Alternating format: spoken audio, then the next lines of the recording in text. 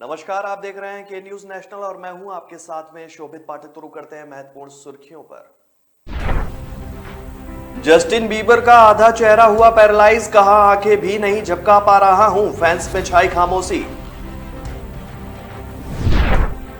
तनावपूर्ण स्थिति के बीच भद्रवाह में पथराव, डोडा किश्तवाड़ में कर्फ्यू, श्रीनगर में बाजार बंद, देर रात तक पुलिस का गश्त जारी। ऊधम सिंह नगर में प्रदर्शन, सहारनपुर में भी हिंसा के बाद हरिद्वार में हाई अलर्ट। पेट्रोल, माचिस और बम लेकर आए थे हमलावर, धमाकों से दहलता रहा इलाका, लोगों ने बयां किया जुबानी दर्द। और जर्मनी के सैटेलाइट पर अपना नियंत्रण चाहता है रूस, हाईजैक करने की कर रहा है कोशिश। जस्टिन बीबर दुनिया के जाने माने पॉप सिंगर्स में से एक हैं और हाल ही में गायक ने अपने एल्बम जस्टिन के प्रमोशन के लिए दुनिया के कई देशों का दौरा करने का ऐलान किया था। हालांकि कुछ दिनों बाद ही गायक ने अपने दौरे को स्थगित कर दिया है। यह खबर सुनते ही दुनिया भर में फैले उनके प्रशंसक निराश हो गए। वहीं अब गायक ने सोशल मीडिया पर एक वीडियो जारी कर इसके पीछे की वजह भी बता दी है।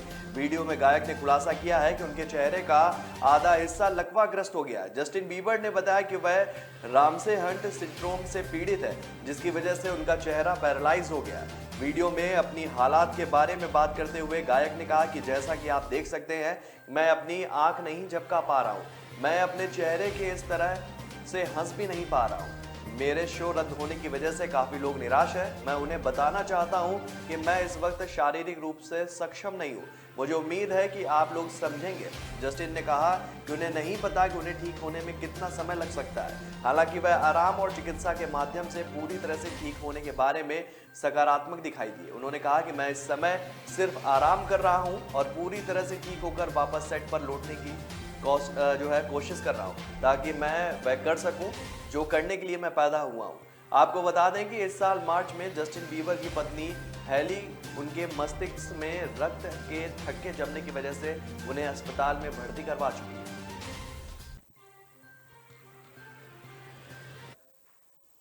पैगंबर मोहम्मद पर पूर्व भाजपा प्रवक्ता नुपुर शर्मा की आपत्तिजनक टिप्पणी के विरोध में जम्मू कश्मीर के कई जिलों में शुक्रवार को तनाव बना रहा। भद्रवाह में कई जगह पथराव और छिटपुट घटनाएं भी देखी गई।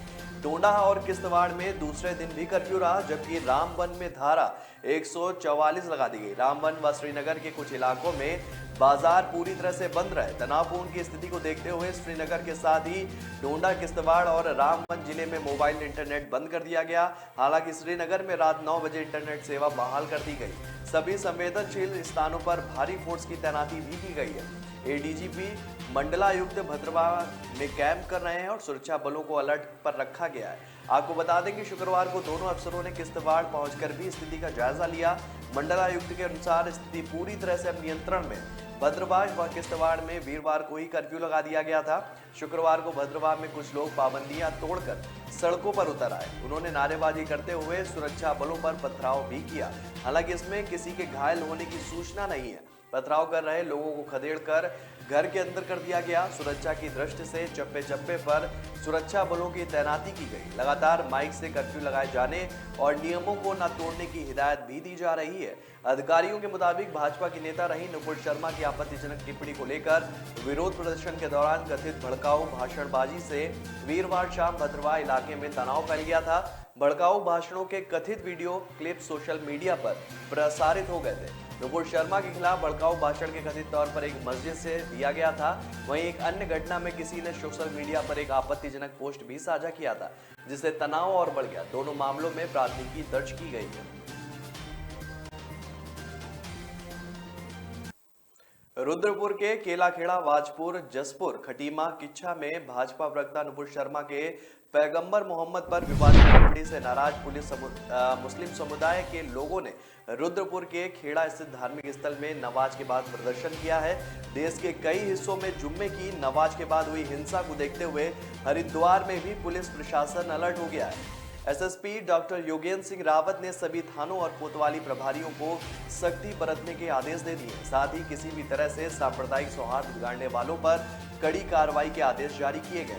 आपको बता दें कि एसएसपी डॉक्टर योगेंद्र सिंह रावत ने कहा कि हरिद्वार में शुक्रवार को जुम्मे की नमाज के बाद 5 से अधिक स्थानों पर लोगों ने प्रदर्शन की अनुमति मांगी थी। वहीं रुद्रपुर के केलाखेड़ा, बाजपुर, जसपुर, खटीमा और किच्छा में पुलिस ने मौके पर पहुंचकर स्थिति को नियंत्रण में कर लिया। करीब 20 मिनट तक चले विरोध प्रदर्शन के बाद पुलिस के समझाने पर सभी लोग घरों को चले गए। पुलिस टीम करीब 2 घंटे बाद तक मौके पर मौजूद रही। इधर एसएसपी मंजूनाथ टीसी ने कहा कि पैगंबर मोहम्मद के खिलाफ टिप्पणी पर शहर में प्रदर्शन करने का प्रयास किया गया था। पुलिस को इसकी सूचना पहले से ही थी। पुलिस ने पहले ही पहुंचकर स्थिति को नियंत्रण में कर लिया था।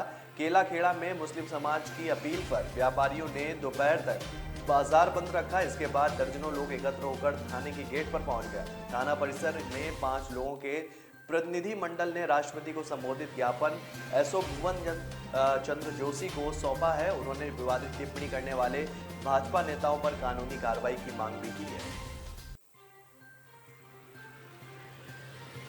उधर अटाला में बवाल करने वाली भीड़ में शामिल हमलावर पूरी तैयारी से आए थे और इनमें से कुछ हमलावर बम के साथ पेट्रोल और माचिस भी लाए थे। हमले पर पुलिस ने जब जवाबी कार्रवाई की तो उन्होंने पेट्रोल छिड़ककर वाहनों में आग लगाना शुरू कर दिया। यही नहीं, दहशत फैलाने के लिए लगातार बम भी फोड़ते रहे। बमबाजी से पूरा इलाका जो है रह रहकर धमाकों से दहलता रहा। आगजनी शुरू होने के बाद पुलिस व आरएएफ ने आंसू गैस के गोले छोड़ने के साथ रबड़ बुलेट का इस्तेमाल भी किया, तब जाकर हालात पर काबू पाया जा सका। आरएएफ, पीएसी और पुलिस फोर्स संयुक्त रूप से अफसरों के नेतृत्व में आगे बढ़ी तो हमलावर पीछे हटने के लिए मजबूर हो गए। इस दौरान डीएम ने जो है लाउड हेलर से स्पष्ट ऐलान भी कर दिया कि उपद्रवियों से पूरी सख्ती से निपटा जाए और इसके लिए फोर्स को भी बुलाया गया। फोर्स की इस कार्रवाई से उपद्रवियों में अफरा तफरी मच गई है और वहां वो जो है इधर उधर भागने लगे। पुलिस ने उन्हें दौड़ा कर पीटना भी शुरू किया। इसके बाद तो सड़कों पर ही नहीं बल्कि गलियों में भी उपद्रवियों पर जमकर लाठियां चटकी। पुलिस की कार्रवाई से भड़की भीड़ में शामिल कुछ उपद्रवियों ने वाहनों में तोड़फोड़ शुरू कर दी। इस दौरान पुलिस प्रशासन के वाहनों के साथ ही निजी वाहनों पर भी पत्थर बरसाए गए। उधर नूरुल्लाह रोड पर खड़े किए गए कई वाहनों को तोड़ दिया गया। इसी दौरान कुछ नकाबपोश हमलावरों ने आगजनी भी शुरू कर दी। इस दौरान सबसे पहले पेट्रोल छिड़क कर मुस्तफा कॉम्प्लेक्स के पास खड़ी एक बाइक फूंक दी गई। इसके बाद उपद्रवियों ने पास ही खड़ी पीएससी के ट्रक को आग के हवाले कर दिया। फिलहाल पुलिस मामले की जांच कर रही है। सीसीटीवी वीडियोस के जरिए आरोपियों की पहचान की जा रही है। कुछ आरोपियों को पुलिस ने हिरासत में भी लिया है। रूस यूक्रेन युद्ध के बाद दुनिया के समीकरण पूरी तरह से बदल गए। एक तरफ वे देश हैं जो प्रत्यक्ष या अप्रत्यक्ष रूप से यूक्रेन के साथ हैं, तो दूसरी तरफ रूस और उसके कुछ सहयोगी देश हैं। इन बदलते समीकरणों के बीच रूस ने जर्मनी की सैटेलाइट को हाईजैक करने की कोशिश की है। मामला सामने आने के बाद जर्मनी की अंतरिक्ष एजेंसी पहले से ज्यादा सतर्क हो गई है। दरअसल यूक्रेन पर हमले के बाद रूस के कई देशों से संबंध बिगड़ गए। कई पश्चिमी देशों ने रूस से पूरी तरह से अपने संबंध तोड़कर यूक्रेन को मदद भेजी। इसमें जर्मनी भी शामिल है। जर्मनी ने रूसी अंतरिक्ष एजेंसी रोस्कोस्मोक के साथ अपने सहयोग को समाप्त कर लिया। कहा जा रहा है कि जर्मनी के इस कदम ने रूसी अधिकारियों को नाराज कर दिया। आपको बता दें कि दरअसल कुछ साल पहले रूस और जर्मनी ने एक साझा अभियान के तहत अंतरिक्ष में सैटेलाइट को भेजा था। अभी तक ये दोनों देश इस मिशन पर मिलकर काम कर रहे थे। हालांकि जर्मनी के पीछे हटने के बाद रूसी अधिकारी इसे हैक करने की कोशिश कर रहे हैं। जर्मनी के पीछे हटने के बाद ईरोसिटा सैटेलाइट का काम पूरी तरह से ठप पड़ गया है। उधर जर्मनी के अधिकारियों ने चेतावनी दी है कि जर्मनी की भागीदारी के बिना ईरोसिटा को शुरू में रूसी अंतरिक्ष एजेंसी को बड़ा नुकसान हो सकता है। यूक्रेन पर हमले के बाद अमेरिका ने रूस पर कई प्रतिबंध लगाए थे। इसके बाद रूसी स्पेस एजेंसी रोकोस्मोक ने अंतरराष्ट्रीय स्पेस एजेंसी को लेकर बड़ा बयान भी जारी किया था। रूसी अंतरिक्ष एजेंसी रोस्कोस्मोक के प्रमुख दामित्री रोगोजिन ने कहा कि हमारे पास इस 500 टन के ढांचे को भारत और चीन में गिराने का ही विकल्प खुला है। क्या आप उसे ऐसी संभावना से धमकाना चाहते हैं? आईएएस रूस के ऊपर से नहीं उड़ता है। ऐसे में प्रतिबंध लगाने से पहले आप जान लें कि आपको क्या करना है। रूस ने कहा था कि अगर इस तरह से प्रतिबंध जारी रहेगा तो वह अंतरराष्ट्रीय स्पेस स्टेशन को दुर्घटनाग्रस्त कर सकता है। तो ब्रेक पर जाने से पहले रुक करते हैं महत्वपूर्ण सुर्खियों पर। जस्टिन बीबर का आधा चेहरा हुआ पैरालाइज, कहा आंखें भी नहीं झपका पा रहा हूं, फैंस में छाई खामोशी। तनावपूर्ण स्थिति के बीच भद्रवाह में पथराव, डोडा किश्तवाड़ में कर्फ्यू, श्रीनगर में बाजार बंद, देर रात तक पुलिस का गश्त जारी। ऊधम सिंह नगर में प्रदर्शन, सहारनपुर में भी हिंसा के बाद हरिद्वार में हाई अलर्ट। पेट्रोल, माचिस और बम लेकर आए थे हमलावर, धमाकों से दहलता रहा इलाका, लोगों ने बयां किया जुबानी दर्द। और जर्मनी के सैटेलाइट पर अपना नियंत्रण चाहता है रूस, हाईजैक करने की कर रहा है कोशिश।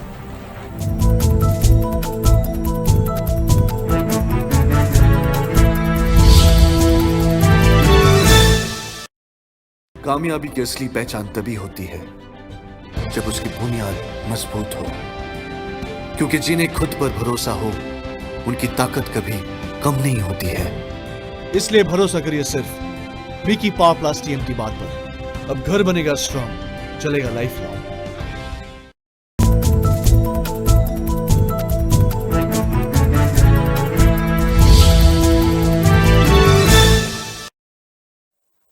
ब्रेक के बाद फिर स्वागत है आपका। रुक करते हैं आगे की खबरों पर। चीन से सटे हिमाचल और उत्तराखंड के सीमांत इलाकों का शुक्रवार को सेना प्रमुख जनरल मनोज पांडे ने दौरा किया। सेना के कमांडरों से टो लेकर जवानों का हौसला बढ़ाकर वे देहरादून रवाना हुए। यहां उन्होंने उत्तराखंड के राज्यपाल से भी मुलाकात की। सेना प्रमुख ने हिमाचल प्रदेश में एलएसी का दौरा कर सुरक्षा स्थितियों की समीक्षा की। थल सेना अध्यक्ष जनरल मनोज पांडे एलएसी के 3 दिवसीय दौरे पर है। भारतीय थल सेना प्रमुख का पदभार ग्रहण करने के बाद सेना अध्यक्ष का इस सेक्टर का यह पहला दौरा है। सेना प्रमुख के साथ सेना कमांडर, मध्य कमान, जीओसी भी साथ रहे। इस दौरान सेना प्रमुख ने हिमाचल के चीन से सटे बॉर्डर समूहों का भी दौरा किया। सेना प्रमुख के दौरे के बाद बॉर्डर पर तैनात भारतीय सेना के साथ आईटीबीपी जवानों के हौसले भी बुलंद हैं। करीब 2 साल पहले दिवाली के दिन प्रधानमंत्री नरेंद्र मोदी भी समदो बॉर्डर्स का दौरा कर चुके हैं। अग्रिम चौकियों के दौरे के दौरान सेना अध्यक्ष को स्थानीय कमांडरों ने सीमाओं पर मौजूद स्थिति के बारे में जानकारी भी दी।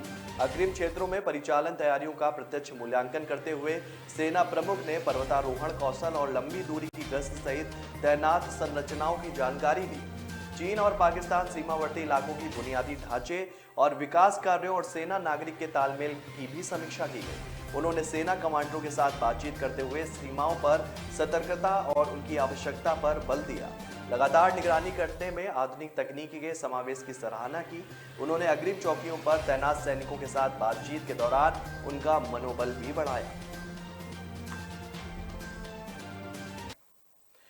रूस और यूक्रेन के बीच भीषण युद्ध जारी है। बृहस्पतिवार को यूक्रेन के सेवेरोडेनेस्क शहर में लड़ाई जारी रही। यूक्रेन के पूर्वी लुहांस्क क्षेत्र के सैन्य प्रशासन प्रमुख सेहरी हेडे ने कहा कि स्थिति लगातार बिगड़ रही है, हम नियंत्रण बनाए रखने के सभी प्रयास कर रहे हैं। हेडे ने रूस पर आरोप लगाते हुए कहा कि वह सेवेरोडेनेस्क पर जीत का झूठा प्रचार कर रहा है। हालांकि स्थानीय अधिकारियों के मुताबिक खतरनाक लड़ाई के बाद पूर्वी यूक्रेन के प्रमुख शहर सेवेरोडेनेस्क का आधिकारिक हिस्सा रूसी सेना के नियंत्रण में है।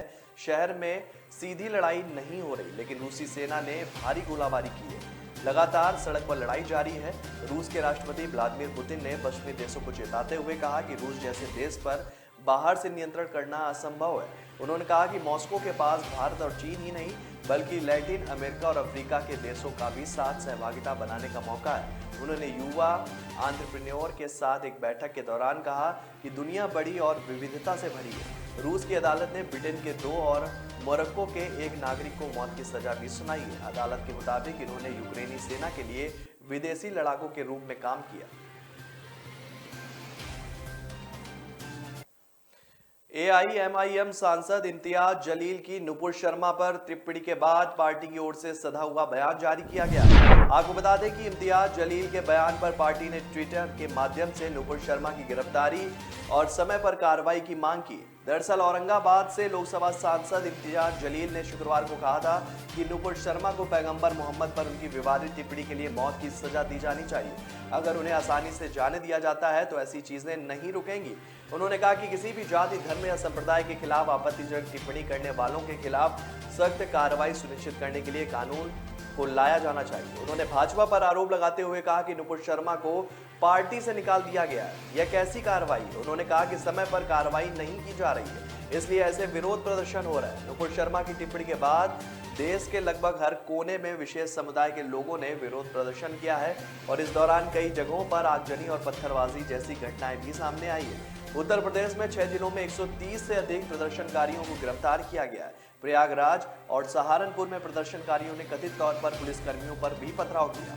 प्रयागराज में कुछ मोटरसाइकिलों और गाड़ियों को आग के हवाले कर दिया गया। वहीं एक पुलिस वाहन को भी आग लगाने का प्रयास किया गया।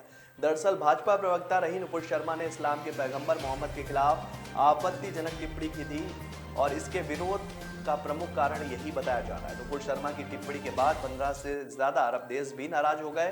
कई जगहों पर भारतीय उत्पादों का इस्तेमाल बंद करने तक की अपील की गई। इसके बाद भारत सरकार ने सख्त कदम उठाते हुए नुपुर शर्मा और नवीन जिंदल को पार्टी से बाहर का रास्ता दिखा दिया। राज्यसभा चुनाव 2022 में महाराष्ट्र में सत्तारूढ़ महाविकास अघाड़ी सरकार को झटका लग गया है। वह 6 में से 4 सीटों पर ही जीत संजोए बैठी थी, लेकिन उसे भाजपा के बराबर ही यानी कि 3 सीटों पर ही जीत हासिल हुई। इससे शिवसेना नेता संजय राउत भड़क गए। उन्होंने चुनाव आयोग पर पक्षपात करने का आरोप लगा दिया। महाराष्ट्र में शुक्रवार को राज्यसभा की 6 सीटों के लिए गहमा गहमियों के बीच मतदान हुआ था।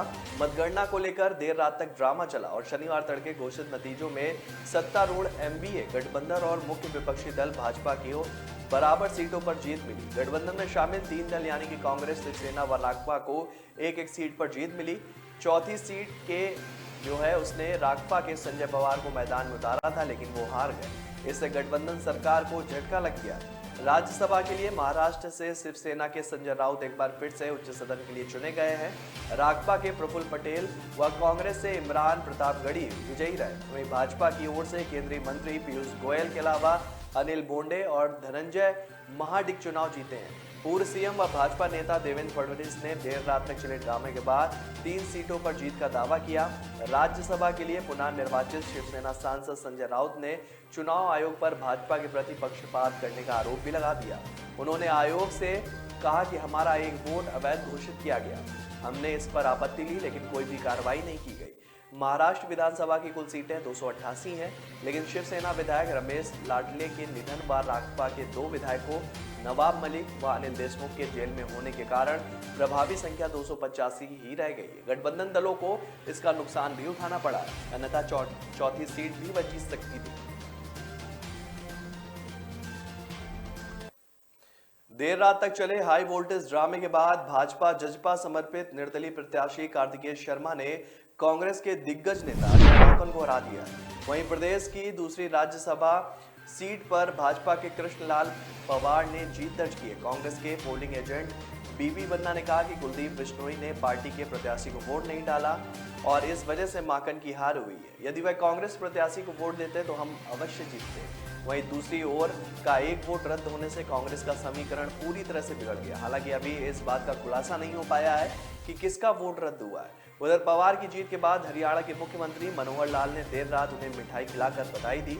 पवार और कार्तिकेय की जीत के बाद खट्टर ने कहा कि यह हमारे लिए खुशी की बात है। कृष्णलाल पवार और कार्तिकेय शर्मा को जिताने के लिए मैं सभी विधायकों का धन्यवाद करता हूं। यह लोकतंत्र की जीत है। मुझे उम्मीद है कि दोनों सदन में हरियाणा के लोगों से जुड़े मामलों को उठाया जाएगा। हरियाणा के राज्यसभा सीटों पर मतगणना 5 बजे शुरू होगी, लेकिन जजपा नेताओं और निर्दलीय उम्मीदवार कार्तिकेय शर्मा ने कांग्रेस के 2 विधायक किरण चौधरी और बीबी बन्ना के मतों पर आपत्ति दर्ज आयोग से अवैध करार देने की मांग की थी। कार्तिकेय के समर्थन में भाजपा और दूसरी तरफ से कांग्रेस चुनाव आयोग पहुंची। भाजपा की शिकायत पर आयोग ने रिटर्निंग अधिकारी से मतदान की वीडियो रिकॉर्डिंग मंगवाई। जांच के बाद आयोग ने दोनों मतों को वैध करार देते हुए रात करीब 1 बजे मतगणना की अनुमति दी। करीब 2:30 बजे जब परिणाम आया तो भाजपा, जजपा और निर्दलीय खेमे में खुशी की लहर दौड़ पड़ी। कार्तिकेय शर्मा व पूर्व केंद्रीय मंत्री विनोद शर्मा के वो बेटे हैं जिन्हें जीत मिली है। तो ब्रेक पर जाने से पहले रुक करते हैं महत्वपूर्ण सुर्खियों पर। जस्टिन बीबर का आधा चेहरा हुआ पैरालाइज, कहा आंखें भी नहीं झपका पा रहा हूं, फैंस में छाई खामोशी। तनावपूर्ण स्थिति के बीच भद्रवाह में पथराव, डोडा किश्तवाड़ में कर्फ्यू, श्रीनगर में बाजार बंद, देर रात तक पुलिस का गश्त जारी। ऊधम सिंह नगर में प्रदर्शन, सहारनपुर में भी हिंसा के बाद हरिद्वार में हाई अलर्ट।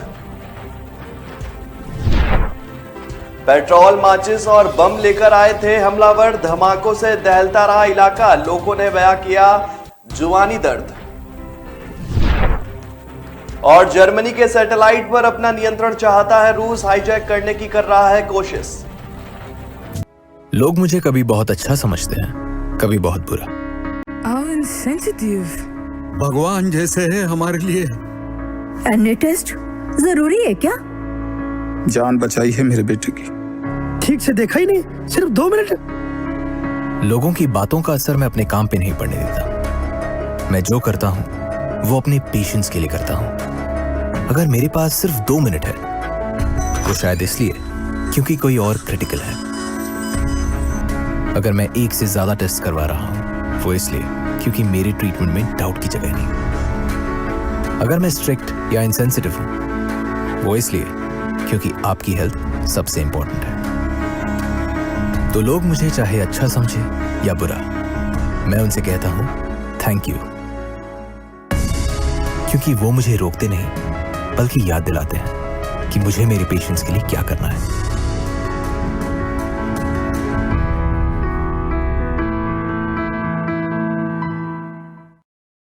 ब्रेक के बाद फिर स्वागत है आपका। रुक करते हैं आगे की खबरों पर। दिल्ली में 24 घंटे नल से साफ जल, साफ हवा और विश्व स्तरीय सड़कें मुहैया कराने के लिए केजरीवाल सरकार डेनमार्क के साथ मिलकर काम करेगी। डेनमार्क के राजदूत फ्रेडी स्वेन ने शुक्रवार को दिल्ली सचिवालय में सीएम अरविंद केजरीवाल से मुलाकात में वायु प्रदूषण, भूजल रिचार्ज और विश्व स्तरीय सड़क इंफ्रास्ट्रक्चर पर विस्तार से चर्चा की। मुख्यमंत्री ने इन विषयों पर डेनमार्क में किए गए प्रयासों की एक प्रस्तुति पेश करने को कहा, जिन पर राजदूत ने सहमति जताई।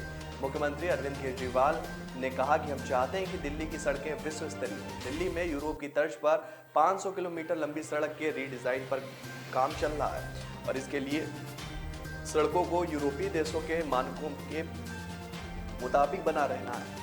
हम डेनमार्क के साथ सड़कों के सौंदर्यीकरण के लिए कार्य कर सकते हैं। डेनमार्क के राजदूत फ्रेडी स्वेन ने केजरीवाल सरकार की तरफ से दिल्ली में वायु प्रदूषण को कम करने के लिए किए जा रहे कामों के प्रयासों की सराहना करते हुए ईवी पॉलिसी को खूब सराहा। दिल्ली सरकार की ई ऑटो परियोजना की तारीफ करते हुए ई ऑटो को चलाने का अनुभव भी लिया है। इस मौके पर दौरान जो है उप मुख्यमंत्री मनीष सिसोदिया भी मौजूद रहे। और डेनमार्क के राजदूत ने बताया कि भूजल रिसर्च के लिहाज से उन्होंने उत्कृष्ट तकनीकी पर आधारित कार्य किए हैं। मुख्यमंत्री अरविंद केजरीवाल ने इस पर हामी भरते हुए कहा कि भूजल रिचार्ज दोनों देश मिलकर काम कर रहे हैं और दिल्ली में बारिश के पानी को ग्राउंड वाटर रिचार्ज में इस्तेमाल करने की काफ़ी संभावना है। इससे दिल्ली में पानी की ज़रूरतें भी पूरी हो सकती हैं।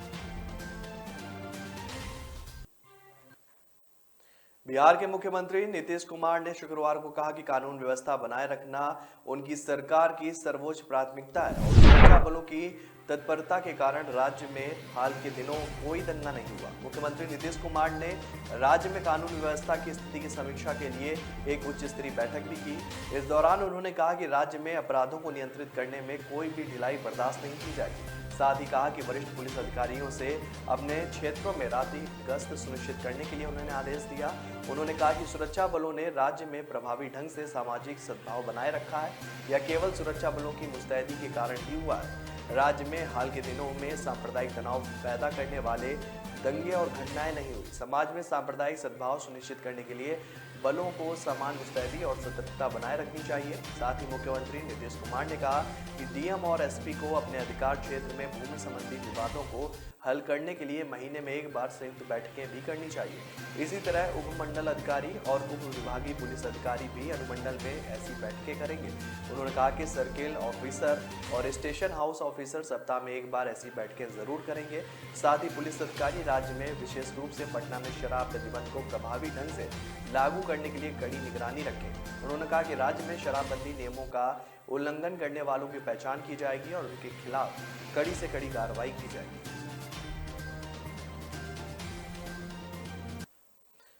उत्तराखंड विद्यालयी शिक्षा बोर्ड में हाई स्कूल व इंटरमीडिएट के परीक्षार्थियों का केंद्रीय माध्यमिक शिक्षा बोर्ड की तर्ज पर आंतरिक मूल्यांकन होगा और अंक दिए जाएंगे। प्रदेश के इन शिक्षण संस्थानों में सरकार ने पहले से ही सीबीएसई पैटर्न लागू किया हुआ है। शुक्रवार को मुख्यमंत्री पुष्कर सिंह धामी की अध्यक्षता में हुई प्रदेश मंत्रिमंडल की बैठक में यह निर्णय लिया गया है। राज्य सचिवालय में आयोजित बैठक में कैबिनेट ने कुल 23 फैसले लिए और विधानसभा सत्र आउट होने की घोषणा के कारण कैबिनेट में लिए गए फैसलों की ब्रीफिंग नहीं की गई। सूत्रों से प्राप्त कैबिनेट के फैसलों के मुताबिक उत्तराखंड विद्यालयी शिक्षा बोर्ड में सीबीएसई की तरह आंतरिक मूल्यांकन व अंक देने की व्यवस्था लागू कर दी गई।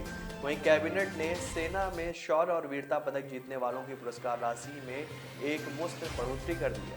फैसले के तहत परमवीर चक्र पर 30 लाख से बढ़ाकर 50 लाख, अशोक चक्र पर 30 लाख से बढ़ाकर 50 लाख, महावीर चक्र पर 20 लाख से बढ़ाकर 32 लाख, कीर्ति चक्र पर 20 लाख से बढ़ाकर 35 लाख, वीर चक्र पर 15 लाख से बढ़ाकर 25 लाख, शौर्य चक्र पर 15 लाख से बढ़ाकर 25 लाख और सेना शौर्य पदक पर 7 लाख से बढ़ाकर 15 लाख करने की परिवर्तन किया गया है। प्रदेश मंत्रिमंडल ने मुख्यमंत्री के विचलन के माध्यम से होमगार्ड जवानों को महंगाई भत्ते के फैसले पर मुहर भी लगा दी है।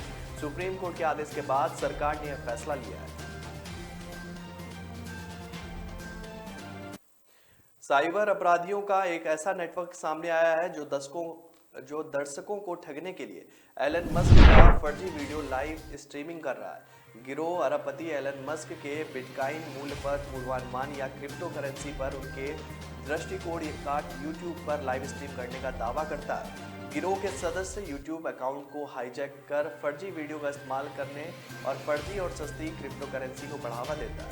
इससे लोगों को नुकसान होता है। एक खबर के मुताबिक इस महीने हजारों लोगों ने इन नकली लाइव स्ट्रीम को देखा। इससे जालसाजों ने एक हफ्ते में $2,43,000 कमा लिए। इनके लिए बिटकॉइन के 76,79,23,261 सिक्कों के कुल 23 ट्रांसफर किए गए। इनकी कीमत $2,34,000 है और इसके अलावा एथेरियम के 5,016 सिक्कों के कुल 18 ट्रांसफर किए गए जिनकी कीमत $9,000 है। हाल में टेस्ला के सीईओ ने कहा था कि यूट्यूब घोटाले वाले विज्ञापनों से निपट नहीं रहा। यूट्यूब ने कहा कि उसने बताए गए चैनलों को हटा दिया है। यह गिरोह कई महीने से लाइव स्ट्रीम के जरिए क्रिप्टो करेंसी भेजने के लिए हजारों लोगों को निशाना बना रहा है। हैकर्स दर्जन यूट्यूब चैनलों के नाम और तस्वीर को बदलकर उन्हें आधिकारिक टेस्ला चैनल की तरह बना देते हैं जिसके मुख्य कार्यकारी अधिकारी मस्क हैं। हाल में एक विदेशी म्यूजिक आर्टिस्ट का यूट्यूब चैनल हैक हो गया। उन्होंने बताया कि उनके हजारों प्रशंसक उनसे पूछ रहे थे कि वह टेस्ला की सामग्री को क्यों स्ट्रीम कर रहे हैं। देश में कोरोना वायरस के नए केसों की संख्या एक बार फिर से तेजी से बढ़ रही है। पिछले 24 घंटे में ही देश में कोरोना के 8,329 नए मामले दर्ज हुए। यह गुरुवार को मिले केसों के मुकाबले करीब 10% की इसमें बढ़ोतरी देखी गई।